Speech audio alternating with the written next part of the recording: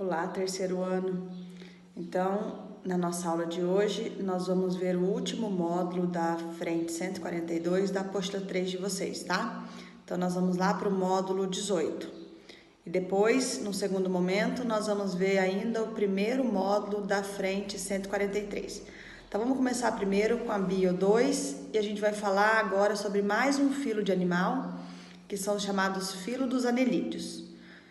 A palavra anelídeos quer dizer corpo dividido em anéis ou corpo metamerizado. Então, os anelídeos, eles são vermes cilíndricos que apresentam o corpo metamerizado, divididos em segmentos. Os principais representantes desse grupo é a minhoca e a sanguessuga, que são para nós os mais conhecidos, tá? Então, pessoal, é consenso dividir o grupo dos anelídeos em 3 classes diferentes. E essa divisão se baseia na presença de uma estrutura denominada de cerdas. O que são cerdas?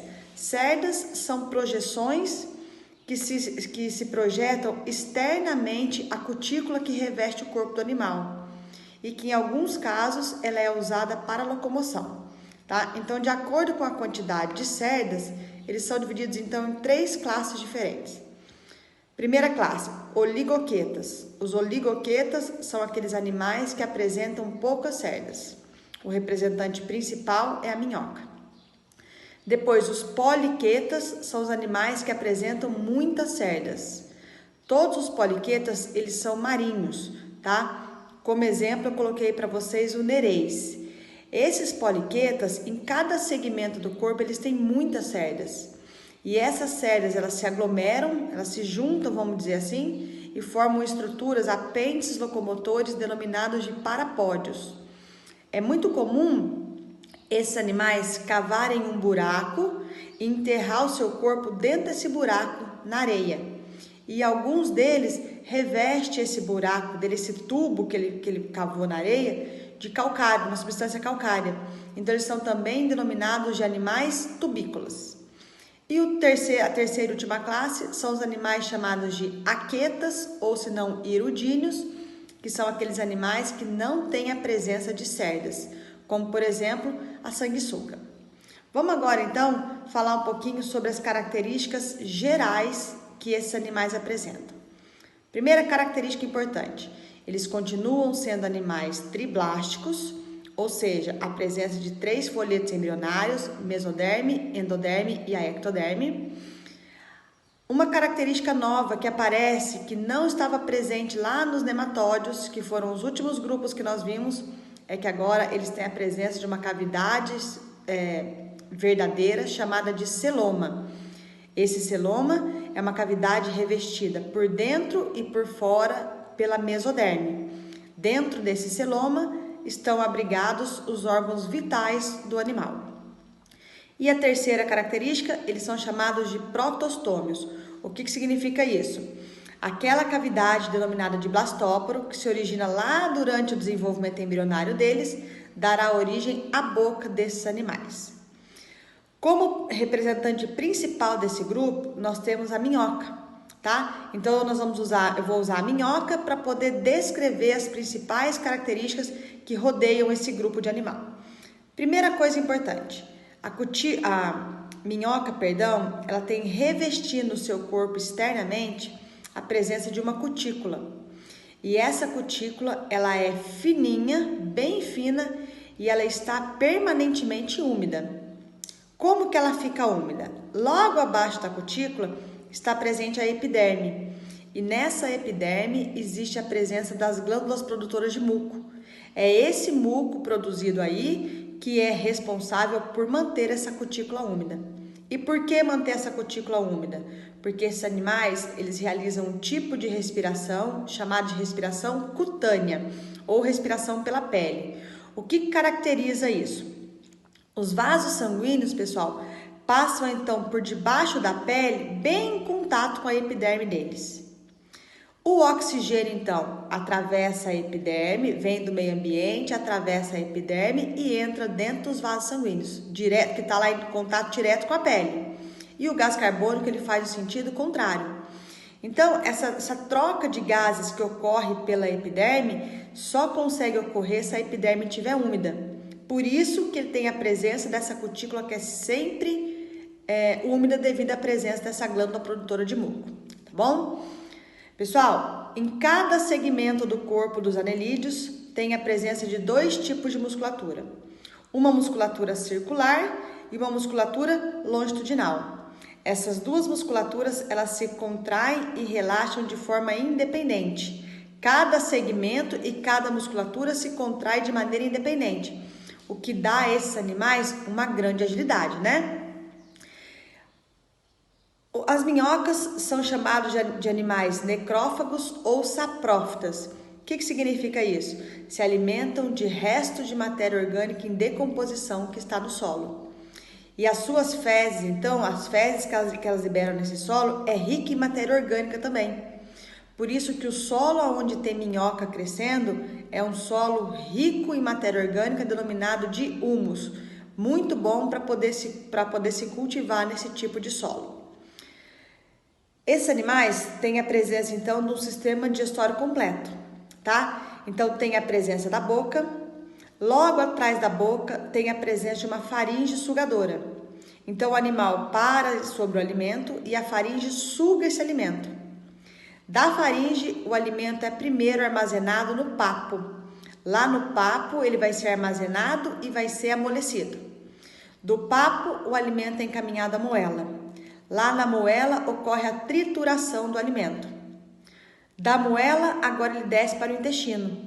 O intestino deles sofre algumas especializações, são algumas expansões, dobras, formando o tiflossole ou os secos intestinais, aonde vai aumentar a superfície de absorção, os nutrientes são absorvidos e aquilo que não é absorvido é então eliminado do corpo deles por meio do ânus. Esses animais, eles apresentam o chamado sistema circulatório fechado. O que caracteriza isso? Tem a presença de um coração e a presença de vasos sanguíneos. O coração bombeia o sangue é levado para dentro dos vasos sanguíneos, que percorre o corpo inteirinho do animal apenas dentro do vaso sanguíneo e retorna para o coração. Então agora, pessoal, o sangue, ele é responsável por transportar o oxigênio. Então, no sangue dos anelídeos tem a presença de uma substância, de uma proteína transportadora de oxigênio, que é a hemoglobina, igualzinho está presente no sangue dos vertebrados. Só que existe uma diferença marcante. A hemoglobina dos vertebrados, ela fica localizada dentro dos glóbulos vermelhos. E a hemoglobina dos anelídeos, ela fica dissolvida no plasma. Excreção deles. A excreção, ela é realizada por uma estrutura chamada de metanefrídeos. Em cada segmento do corpo desses animais, tem a presença de um par de metanefrídeo. O que é um metanefrídeo? Ele se assemelha a um longo funil, com 2 bocas, uma boca bem grande, chamada de nefróstoma. Essa boca grande, rodeada de cílios, fica aberta no celoma. O bater desses cílios, então, traz para dentro desse longo funil os excretas hidrogenados, que são eliminados por uma boca menorzinha que se abre na superfície corporal dos animais, denominado de nefridióporo. Então, isso é a estrutura de excreção.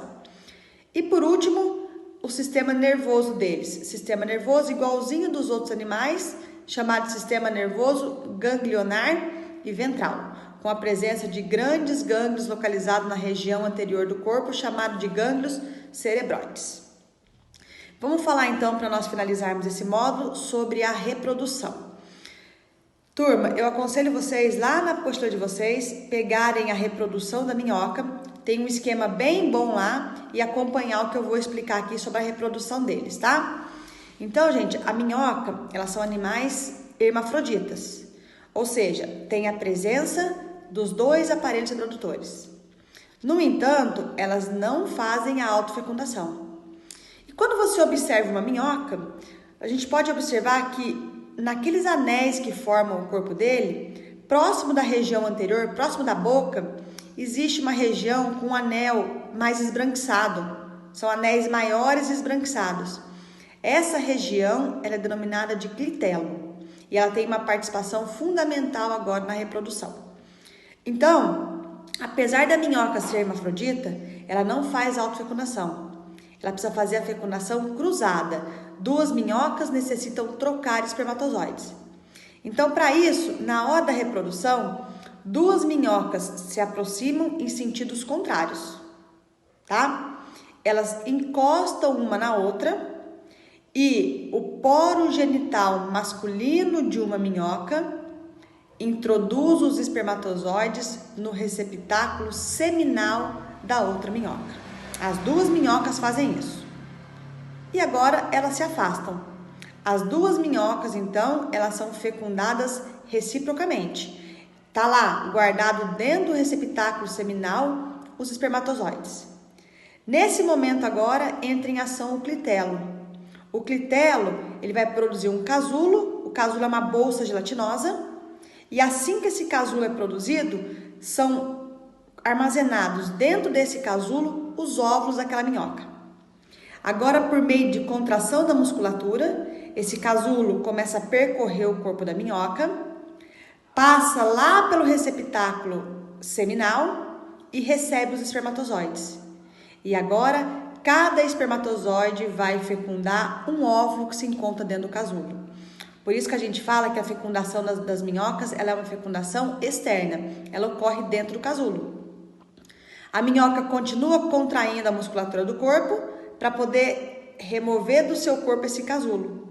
Esse casulo, então, cheio de ovos, sai do corpo da minhoca e é depositado no solo.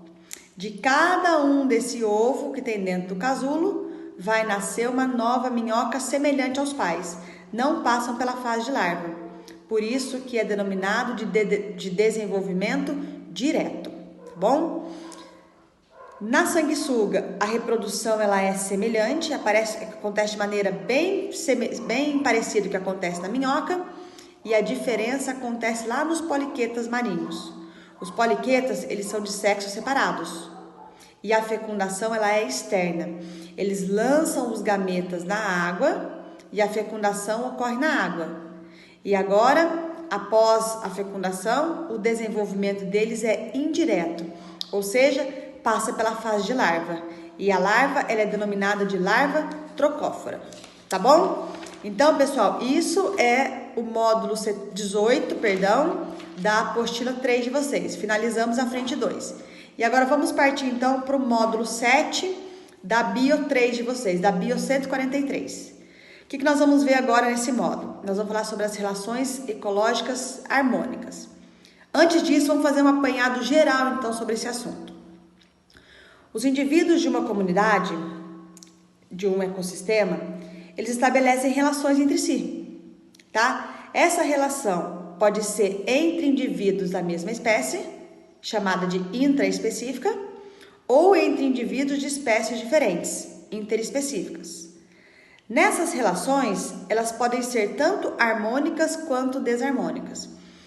Uma relação harmônica se caracteriza pelo benefício de ambas as espécies que estão se relacionando, ou se não, benefício de pelo menos uma, tá? Para uma espécie há uma neutralidade e para outra há benefício, não pode ter prejuízo. Se houver prejuízo nessa relação, nós classificamos ela como sendo desarmônicas. Então, nas desarmônicas, ambas as espécies que se relacionam, elas são prejudicadas ou pelo menos uma delas é prejudicada. Turma, só que claro, ao longo do tempo, essa classificação harmônica ou desarmônica, ela só pode ser usada para classificar em um dado momento. Em um certo momento, você pode chamar uma relação de harmônica ou desarmônica. Por quê? Ao longo do tempo, todas as relações, elas são harmônicas, porque todas elas são importantes para poder manter os ecossistemas, para poder manter o equilíbrio que acontece dentro dos ecossistemas, tá bom? Então, hoje, nesse módulo 7, nós vamos falar sobre as relações ecológicas harmônicas. Vamos começar primeiro pelas intraespecíficas, aquelas que ocorrem entre indivíduos da mesma espécie. Vamos falar primeiro sobre a sociedade. A sociedade, então, são indivíduos da mesma espécie que estabelecem essa relação. aonde há uma nítida divisão de trabalho entre os indivíduos. Ou seja, há uma dependência comportamental entre eles, pois cada indivíduo realiza uma atividade importante para poder manter aquela sociedade. É o que acontece com o cupim, o que acontece com a formiga, o que acontece com as abelhas. Então, vamos só relembrar. Lá nas abelhas, ele é dividido então em 3 castas: rainha, zangão e as operárias. A rainha é a única fêmea fértil da colmeia. A sua função é reprodução. Essa rainha, a postura dos seus óvulos não fecundados origina o zangão. O zangão é o macho. A única função desse zangão é fecundar a fêmea. E tem as operárias. As operárias são as fêmeas resultantes do processo de fecundação, só que elas são fêmeas estéreis. Elas não são capazes de reproduzir. Elas vão realizar todas as outras atividades da colmeia: construção, limpeza, defesa, cuidar das larvas, buscar alimento. Tá? O que vai diferenciar se uma fêmea ela é rainha ou se ela é operária é o tipo de alimento que ela vai receber durante o seu desenvolvimento embrionário, tá? Durante a sua fase de larva. Segunda relação é a chamada colônia. Na colônia, os indivíduos também, eles estabelecem uma relação entre si, porém o que mais caracteriza uma colônia é uma ligação anatômica. Os indivíduos são colados, vamos dizer assim, uns nos outros. Isso é em consequência do tipo de reprodução que eles realizam. Eles fazem reprodução assexuada, geralmente por brotamento ou por cisciparidade. Essa colônia ela pode ser de 2 tipos. Se a colônia for denominada de colônia homeomórfica, os indivíduos são todos iguais entre si, não tem divisão de trabalho, que acontece com as bactérias. Mas a colônia ela pode ser também do tipo heteromórfica. O que significa isso? Os indivíduos são diferentes entre si, com uma nítida divisão de trabalhos entre eles. É o que acontece, por exemplo, com um quinidário chamado de caravela. Então, na caravela, nós temos o pólipo chamado de gonozoide, onde a única função dele é a reprodução. E o pólipo denominado de gastrozoide, onde a única função é alimentação, nutrir aquela colônia. Tá bom? Vamos passar agora para as relações interespecíficas que ocorrem entre espécies diferentes. A primeira delas é a chamada protocooperação. Pessoal, na protocooperação, 2 espécies diferentes, elas se relacionam. E quando elas estão se relacionando, as 2 espécies elas são beneficiadas. Porém, não há uma obrigatoriedade nessa relação. Ou seja, se você afastar as 2 espécies, as 2 continuam vivendo. Porém, quando elas vivem junto, é bom para as 2. Vou citar para vocês alguns exemplos. É o que acontece com um animal chamado de paguro e anêmona do mar. O paguro é um animal de corpo mole. Então, esse paguro, ele entra dentro da concha de alguns gastrópodes. Esses gastrópodes, quando morrem, as suas conchas ficam preservadas lá no mar. Eles entram dentro dessa concha para poder proteger seu corpo. Em cima dessa concha se instalam algumas anêmonas do mar. As anêmonas do mar têm a presença dos quinidócitos. Esses quinidócitos afugentam os predadores. Então, o paguro ganha uma proteção extra por ter lá sobre a sua concha, com a concha que ele usou de abrigo, a presença das anêmonas. Em troca, quando o paguro anda, caminha, ele arrasta junto com ele a anêmona. A anêmona é um animal fixo, que não se locomove, então ao caminhar pelo ambiente, ele consegue então explorar melhor o ambiente. Os 2 vivem sozinhos, porém juntos é bom para os 2. Outro exemplo, existe um pássaro chamado de anu. Esse pássaro ele se instala no dorso de alguns animais, como boi, cavalo, e se alimenta do carrapato, tá? Quando ele está lá se alimentando do carrapato, ele ganha alimento e é bom para o animal que está tirando dele um ectoparasita, porém eles vivem separadamente. E o último exemplo é um pássaro chamado de pássaro palito e o crocodilo. O crocodilo, depois que ele come, ficam restos de alimento entre os seus dentes, bactérias e restos alimentares. Ele abre a boca, o pássaro palito entra dentro da boca dele, retira todos esses restos alimentares, fazendo uma faxina no dente dele, sem trazer prejuízo para ele, mas pelo contrário, limpa os dentes dele e o pássaro ganha alimento em troca. Isso é então a protocooperação. Como diferenciar agora ela do mutualismo? No mutualismo também são duas espécies diferentes que se relacionam com benefício para ambas. Porém, pessoal, no mutualismo, há alguns casos de mutualismo em que essa relação ela é obrigatória. De tal forma que se você separar as duas espécies, as duas elas são prejudicadas, podendo até deixar de existir. Alguns exemplos. Os líquens. O líquen é uma associação entre um fungo e uma alga ou uma cianobactéria. O fungo aumenta a superfície de absorção de água e sais minerais e a alga, ao fazer fotossíntese, ela oferta alimento para o fungo. Segundo exemplo, as plantas e alguns animais polinizadores. Lembra, existem alguns polinizadores que são específicos, ou seja, há plantas que só é polinizada por um único tipo de animal. Então, eles ao fazerem a polinização, além de eles se alimentarem, eles auxiliam na reprodução de algumas espécies. Outro exemplo, os ruminantes e algumas bactérias que vivem lá no seu rumen. Os ruminantes se alimentam de vegetal. Eles não produzem a enzima celulase, mas as bactérias que estão lá no seu rumen fazem então a digestão da celulose. A bactéria ganha abrigo, proteção e alimento, e o ruminante ganha em troca a digestão da celulose que ele se alimenta. De maneira análoga é o cupim com os protozoários. O cupim se alimenta de celulose e os protozoários fazem a digestão da celulose para ele. E o último exemplo é que nós vimos lá no ciclo do nitrogênio as bactérias do gênero Rhizobium e as plantas leguminosas. Na raiz dessa planta leguminosa vivem essas bactérias. Essas bactérias fazem a fixação do nitrogênio e a produção da amônia para essa planta. Em troca, a planta dá abrigo, proteção e alimento para as bactérias.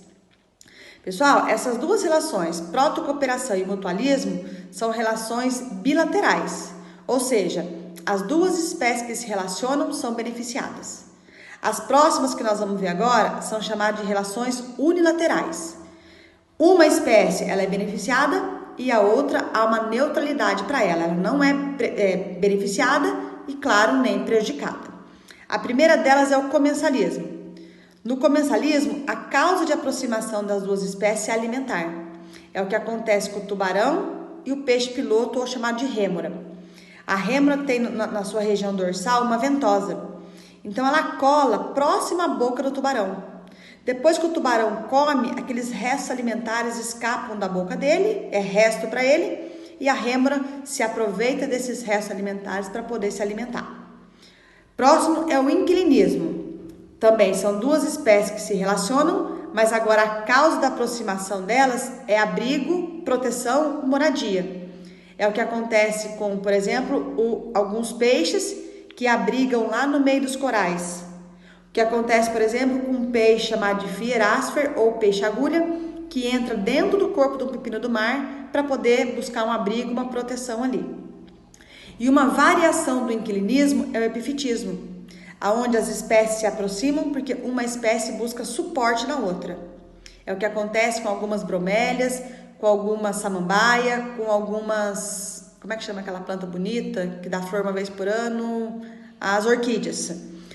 Essas plantas, elas se buscam um suporte nas plantas maiores para poder conseguir captar ali melhor radiação solar para poder realizar a fotossíntese. Essas plantas, elas são chamadas de plantas epífitas. Não estão fazendo mal nenhum para a planta de grande porte. Só estão ali buscando uma posição melhor para poder captar a luz do sol. E a última relação é a chamada foresia. Na foresia, uma espécie se aproveita da outra para poder transportá-la. É o que acontece com o carrapicho. O carrapicho, ele gruda na pele, gruda na roupa, no pelo dos animais. E a gente e os animais, ao percorrer longas distâncias, nós vamos então auxiliando na disseminação dessa espécie. E é o que acontece também com a mosca berneira. A mosca berneira faz a deposição dos seus ovos em alguns insetos, até mosquito comum mesmo. Quando esses insetos vão e voam, eles depositam esses ovos em algum lugar. Desses ovos vai nascer uma larva, que é o berne que a gente conhece, que se alimenta dos tecidos do novo hospedeiro, tá? Então, ele está aproveitando única e exclusivamente uma outra espécie para poder transportá-la. Pessoal, então, para hoje era isso. Qualquer dúvida vocês podem me procurar, tá bom? Um abraço e até a próxima.